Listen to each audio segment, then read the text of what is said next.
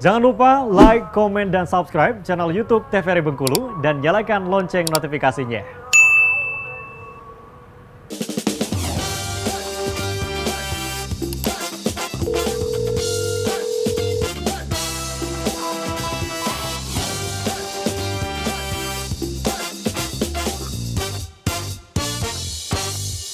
Ya pemirsa, kembali lagi di Dokter Kito. Bersama Kita Sehat masih membahas mengenai obesitas. Nah tadi dokter boleh dilanjutkan lagi nih menjelaskan mengenai obesitas secara medis. Klasifikasi ya dok ya? Iya, jadi ini klasifikasinya tadi ya, mungkin secara garis besar sudah mulai ada gambaran gitu ya, sebelum nanti dijelaskan lebih lengkap lagi. Nah ini mungkin nanti akan dijelaskan saja di bagian alur diagnosa ya. Yang penting kita butuh dua data, yaitu kita butuh data berat badan dan juga kita butuh data tinggi badannya. Nah ini adalah faktor resiko yang menyebabkan obesitas. Jadi tadi mungkin udah agak disinggung sedikit ya di awal tentang faktor resikonya. Memang penyebab dari obesitas ini dia nggak bisa satu atau tunggal. Jadi memang multifaktorial gitu ya, ada banyak. Mungkin yang jadi pertanyaan apakah ada faktor genetik yang bisa ikut turut campur nih di dalamnya gitu. Jawabannya adalah iya. Jadi faktor genetik itu lumayan besar ternyata pengaruhnya. Jadi ketika salah satu orang tua, apalagi kalau kedua-duanya ya, obesitas ternyata setelah dilakukan pemeriksaan, mungkin pengukuran berdasarkan data objektifnya, dan ternyata itu memiliki peluang kepada anaknya untuk obesitas juga bahkan sampai 50%. Jadi memang lumayan ya kaitannya ya antara faktor genetik dengan kejadian obes ini tadi. Dan kalau kedua-duanya ternyata bisa sampai 80%. Jadi hampir sangat mungkin maka anak atau keturunannya juga akan mengalami obesitas gitu. Tapi lagi-lagi biasanya ini nggak akan berdiri sendiri. Jadi nggak hanya faktor genetik saja gitu. Lebih dominan atau lebih banyaknya itu adalah di lifestyle seperti yang sudah disinggung tadi. Karena kita tahu ya semakin berkembangnya zaman di era yang sekarang itu makanan-makanan itu justru kadang yang alami itu istilahnya sudah jarang kita jumpai. Kebanyakan yang kita jumpai itu adalah junk food, makanan siap saji gitu ya. Kemudian yang mengandung santan dan lain sebagainya. Ini yang akan semakin banyak menyebabkan angka kejadian obesitas ini meningkat. Bahkan sejak dari masa kanak-kanak. Karena sudah terpapar dengan junk food dan lain sebagainya kan. Beda dengan kehidupan mungkin yang beberapa zaman dulu gitu ya dibandingkan dengan yang sekarang. Jadi semakin bertambahnya waktu maka akan semakin besar kemungkinan peluangnya. Karena berkaitan dengan lifestyle tadi. Lalu kemudian lingkungan dan juga genetik, ketidakseimbangan hormon. Kalau ini mungkin harus dilakukan pemeriksaan ya kalau kita berbicara soal hormonal gitu ya. Kemudian psikologis, penggunaan obat-obatan tertentu. Jadi ada juga obat-obatan tertentu yang kemudian memiliki efek samping misalnya peningkatan nafsu makan gitu ya. Yang kemudian akhirnya menyebabkan si pasien atau individunya itu menjadi pengen makan terus gitu ya. Dan mungkin itu tadi lagi-lagi dia nggak berdiri sendiri, ditambah dengan lifestyle atau gaya hidup dan lingkungan yang kemudian menawarkan bentuk atau macam-macam menu makanan itu yang tinggi kadar lemaknya, sehingga terjadilah kasus obesitas ini gitu. Jadi intinya faktor resiko atau etiologinya itu tidak ada yang satu ya, yang tunggal, tapi dia biasanya akan ada multifaktorial. Jadi udah ada genetiknya dulu, jadi sudah ada peluang besarnya di dalam tubuh individu itu, lalu kemudian ditambah dengan beberapa faktor ini tadi yang menunjang tadi, sehingga kemudian muncullah angka ataupun kasus kejadian obesitas. Nanti bakal dibahas sama Dokter Wenti ya. Iya betul. Nah, mungkin sedikit nih aku mau nanyain, mungkin bisa di-spill sedikit sebelum kita membahas nantinya. Ini tadi sempat Dokter Lisda menyampaikan akan ada faktor genetik ini. Nah gimana nih kalau faktor genetiknya kurus, apakah mereka tidak bisa mendapat, maksudnya bisa terkena obesitas atau seperti apa nih dokter? Iya, jadi kalau berdasarkan penelitian ya, kalau berat badan orang tuanya itu normal, itu resikonya 10%. Tetap beresiko. Tetap beresiko ya? 10%, cuman lebih sedikit. Baik, nah ini juga ada resikonya, jadi tetap harus stay tentunya ya sampai habis karena banyak banget nih pengetahuan-pengetahuan yang akan diberikan oleh kedua dokter kita pada hari ini. Nah boleh dilanjutkan lagi nih Dokter Rizda. Oke. Selain faktor genetik ada apa lagi nih dokter? Nah sekarang kita ke gejalanya dulu. Jadi apa sih tanda dan juga gejala dari obesitas? Mungkin yang paling gampangnya itu mungkin secara kasat mata kelihatan gitu ya gejalanya ya. Oh iya nih tampilan individunya gitu kayak di gambar tadi ya di slide yang pertama. Ini udah pasti ada penumpukan lemak nih gitu. Kita udah tahu biasanya ya. Tapi di samping dari itu mungkin selain dari lemak tubuh yang berlebihan yang mungkin nampak secara kasat mata langsung bisa kita lihat gitu ya. Ini memang berlebihan. Yang kedua adalah sulit tidur gejalanya. Jadi memang ini akan menyebabkan gangguan pola tidur. Kemudian keringat yang lebih banyak, jadi cenderung lebih kurang tahan dengan panas gitu ya. Jadi akan lebih banyak berkeringat, gerah gitu ya. Kemudian nafasnya akan terasa lebih sesak karena ada penimbunan ya. Semakin bertambah lagi, semakin bertambah, maka akan semakin sesak gitu, akan semakin berat rasanya ya di pernafasan. Kemudian ada mudah terasa capek, jelas ya. Jadi kurang produktivitas itu pasti akan berkurang karena si individunya itu akan mudah sekali merasa lelah, merasa capek gitu ya. Kemudian nyeri punggung ya, karena kita tahu ya bahwa di tulang belakang kita mungkin akan menopang tubuh. Mungkin bukan hanya di bagian tulang belakang saja yang menjadi penopang, misalnya di sendi lutut ya, atau di bagian tumit itu juga biasanya akan mengalami keluhan pada pasien-pasien obesitas. Karena apa? Karena yang ditopang ini tadi berlebihan gitu ya. Jadi ketika semakin bertambah lagi gitu ya, maka bebannya pun menopang itu akan semakin berat. Tentu dia akan memberikan penanda lelah gitu ya istilahnya ya. Jadi akan ada keluhan ini biasanya pasien datang, pasien obes. Nyeri punggung dok, nyeri di bagian kaki, nyeri di tumit gitu ya. Nah itu adalah hal yang akan muncul, biasanya selalu akan muncul.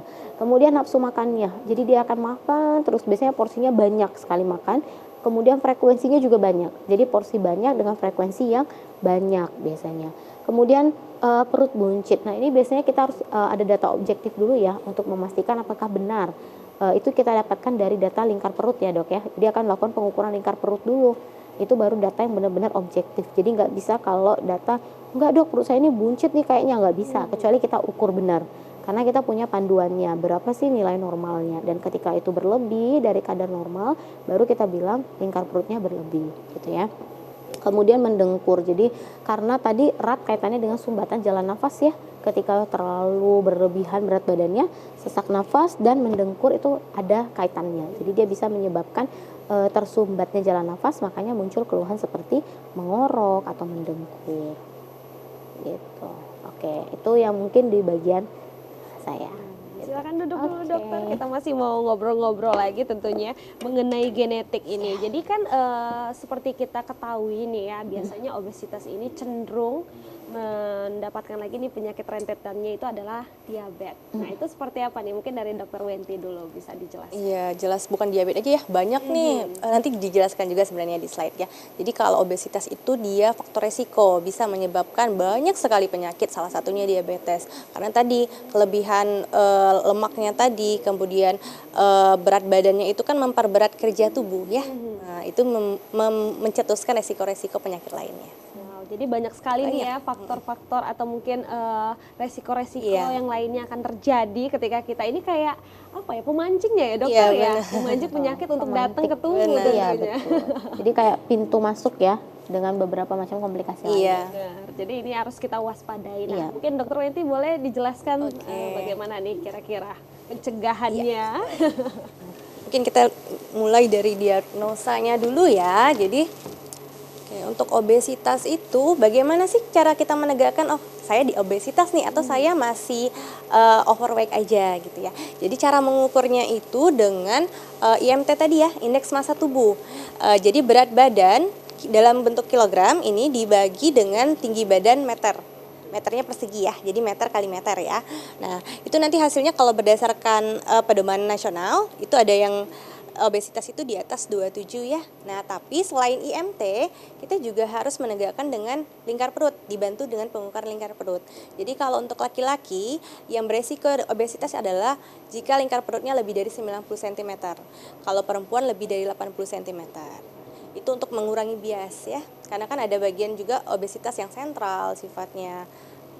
Lalu kalau klasifikasi WHO kurang lebih hampir sama, cuma di WHO itu ada obesitas tingkat 1, ada obesitas tingkat 2. Tadi udah dijelaskan juga sama Dr. Lisda ya. Oke, untuk diagnosa itu, lalu kita langsung bagaimana tata laksananya.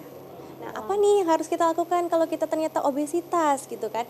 Jadi ada 4 tahapan. yang sama-sama harus dilakukan ini ya. Yang pertama adalah pola makan, pola aktivitas fisik, pola emosi makan, dan pola tidur. Jadi sebenarnya kalau kita rangkum lagi adalah pola perubahan gaya hidup atau lifestyle tadi yang harus dirubah ya. Nah, jadi pada pasien diabetes itu pola makannya harus dirubah adalah jumlah, jenis, jadwal makan, dan pengolahan bahan makanan. Jadi disarankan oleh Kemenkes itu menggunakan piring model makan teh. Apa nih model makan teh? Kenapa nggak V? Beda ya. Jadi kalau teh ini setengah porsinya yang di atas ini adalah sayur dan buah. Ya. Nah, kemudian seperempatnya adalah karbohidrat dan seperempatnya lagi adalah protein. Jadi kombinasi seimbangnya adalah seperti ini. Dengan catatan untuk anjuran konsumsi gula, garam, dan lemak itu sesuai saran dari Kemenkes juga ya. Kalau untuk kalau untuk gula itu 4 sendok makan maksimal ini loh. Kemudian kalau untuk garam itu 1 sendok teh, dan kalau untuk minyak 5 sendok makan minyak. Nah, ya perlu diperhatikan nih, banyak sekali yang harus dirubah untuk pola makannya ya. Suka makan sambal gitu Iya, ya, atau garam, santan-santanan. santan cuma 5 sendok minyak makan loh. Kayaknya udah pasti berlebih ya dok ya, Iya. setiap hari ya. Per harinya ya dok ya? Ya, per hari. Sebenarnya pasti bakal berlebih gitu ya. Ini agak PR untuk kita. Iya benar. Nah, jadi kita masih bahas nih tentang pola makan tadi ya. Nah, jadi dietnya itu seperti apa? Diet yang dianjurkan jika menderita obesitas ya. Nah, maka diet rendah energi seimbang dengan pengurangan energi 500 sampai 1000 kilokalori dari kebutuhan sehari-hari. Gimana caranya nih? Kan nggak gampang ya. Jadi pertama itu kurangi konsumsi karbohidrat kompleks. Apa nih karbohidrat kompleks? Seperti nasi, roti, kentang, jagung, dan sereal. Jadi karbohidrat yang berat ya. Nah, makanya jangan makan Indomie sama nasi. Mie instan dan juga ini ya, yang Iya. paling ini, apa namanya, nasi padang biasanya. Bisa juga. Kemudian hindari konsumsi karbohidrat sederhana seperti gula pasir ya, gula-gulaan yang manis-manis. Nah, itu harus dikurangin. Kemudian tadi ya udah dijelaskan makan dengan pola piring teh. Lalu kurangi konsumsi lemak. Jelas ya karena kan konsumsi lemak per hari aja 5 sendok makan ya. Lalu utamakan konsumsi protein rendah lemak. Jadikan buah utuh sebagai makanan selingan. Jadi kenapa buah utuh? Kenapa nggak yang di jus atau yang dibuat smoothies gitu kan? Nah, jadi buah utuh itu lebih gampang dicerna. Dan kalau jus itu biasanya orang Indonesia pakai gula. Harusnya tidak boleh tambah-tambahan lagi. Tidak tambah gula, tidak tambah air ya. Kemudian banyak minum air putih nih ya. Lalu perbanyak konsumsi sayur yang diolah dengan cara direbus atau ditumis. Nah, hindari buah yang berenergi tinggi seperti durian. Walaupun enak ya, harus dikurangin. Oke, itu pola makan ya. Lalu pola aktivitas fisik. Tadi udah dijelaskan juga, udah disinggung juga sama Dr. Lisda ya. Aktivitas fisik yang kurang biasanya kita. Nah, jadi kalau untuk obesitas nih ya, harus digarisbawahi. Ini untuk penderita obesitas. Nah, untuk penderita obesitas itu, lakukan aktivitas fisik minimal 30 menit setiap hari. Atau kalau dalam 1 minggu 150 menit. Tapi tidak boleh, dengan catatan tidak boleh 150 menit ini digas 1 hari. Jadi kita mintanya 30 menitnya per hari. Kalau misalnya kurang lebih jadi 150 menit. Tapi jangan 1 hari langsung 150 menit ya. Harus dibagi ya dokter. Iya, nah aktivitas paling simpel nih untuk mencapai kegiatan ini tadi adalah 10.000 langkah per hari. Ya, nah lalu jenis latihan fisik yang dapat dilakukan itu bisa aerobik, anaerobik ya. Bisa dibaca ini ya, naik sepeda, senam pernapasan, lompat tinggi. Nah, lalu harus garis bawahi lagi nih, latihan disesuaikan dengan denyut nadi maksimal menurut usia. Dan kemudian dinaikkan secara bertahap, jadi jangan dipaksain ya. Untuk orang tua itu kan beda lagi nih, kita nggak bisa nih harus dipacu sama, harus dia naik sepeda, jogging, kan pelan-pelan, semuanya bertahap. Tapi minimal 30 menit ya setiap hari. Aktivitas fisiknya bisa seperti naik tangga untuk orang tua ya, cuci mobil sendiri, seperti itu, yang ringan-ringan saja. Ringan-ringan kalau untuk orang tua ya. Nah, kalau pola emosi makannya, apa nih pola emosi makan ya? Jadi itu harus diatur juga. Jadi pola emosi makan itu adalah suatu kebiasaan makan dengan jumlah berlebihan dan cenderung memilih jenis makanan yang tidak sehat. Yang biasanya yang tinggi gula, garam, karena disebabkan oleh emosi bukan karena lapar. Kalau kita biasa sering bilangnya mood. Ya, jadi makanya sesuai mood. Aduh, kalau lagi bad mood pengennya manis-manisnya, itu nggak boleh tuh. Terus kalau misalnya lagi kesel pengennya makan cabai, pengennya makan pedas-pedas, nah itu harus dikelola. Jadi pola emosi makan itu harus dikelola. Jadi kita harus mengenali emosi makan kita, hindari mengalihkan emosi dengan banyak makan pada saat marah, stres, bosan, dan lain-lain. Benar sekali. Tapi nih Iya. dokter, biasanya orang obesitas itu sering banget ngerasa lapar. Karena biasanya pola makannya kan kayak sehari bisa 5 kali. Iya. Terus tiba-tiba dipotong jadi 3 kali sehari dengan porsi yang cukup sedikit gitu ya dok. Itu seperti apa dok? Tapi ditahan dulu. Kita lanjut lagi nanti setelah jeda pariwara berikut ini. Tetap di dokter kita.